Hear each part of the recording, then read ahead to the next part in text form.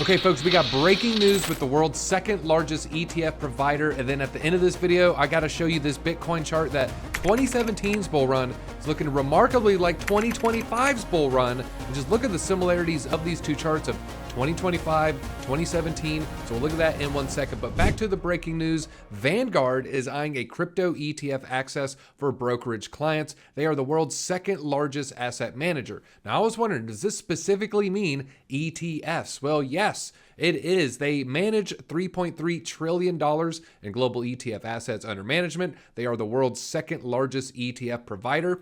Number one, if you are wondering, is Blackrock. Blackrock's iShares is the largest ETF provider globally. They have $4.5 trillion.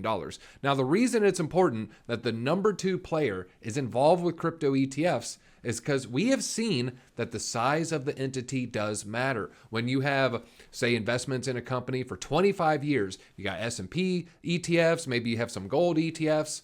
If you've been working with this company, you know the guy's first name, they invite you to their Christmas parties, you might not want to jump ship when you're looking at a crypto ETF.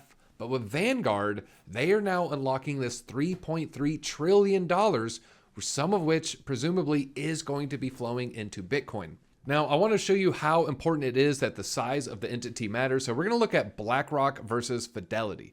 Now, I want to show you how important this is. So we're going to look at Blackrock versus Grayscale. Grayscale at the start had the largest Bitcoin ETF, 600,000. That's because they had a futures-based one.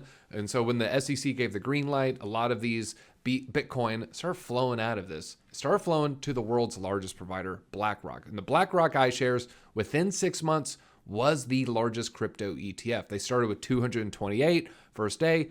By 6:30, from January 10th to June 30th, they had jumped to 306,000 Bitcoin locked up in their crypto ETFs. And at that point, they were the world's largest crypto ETF provider. You fast forward to the most latest results here, which is going to be the end of last month, 750,000 Bitcoin. The next closest competitor doesn't even have 200,000 Bitcoin. So when Vanguard is given the green light, this is going to unlock loads of capital. You might say, well, they can buy the crypto ETF anyways. This data is suggesting, no, they're waiting for their preferred bank, their preferred access point. And Vanguard is going to be that preferred access point. Now, to the charts here, I want to share this. This is something very, very interesting. Ash Crypto pointed this out here. This is 2017's bull run. You can see right around this June, July area, we're kind of stuck in a sideways range. But if you look today, same time period, just a little longer, June, July area, also stuck in a sideways range. So this is 2025. That was 2017. Next move that we're seeing here in 2025, we then popped out of that sideways consolidation, very, very good bullish structure, and then a complete breakdown. Then just a downward parallel channel here. Boom, same thing, very bullish, and then just a downward parallel channel here, followed by another breakout with two, I would say, little mini flag pennants here.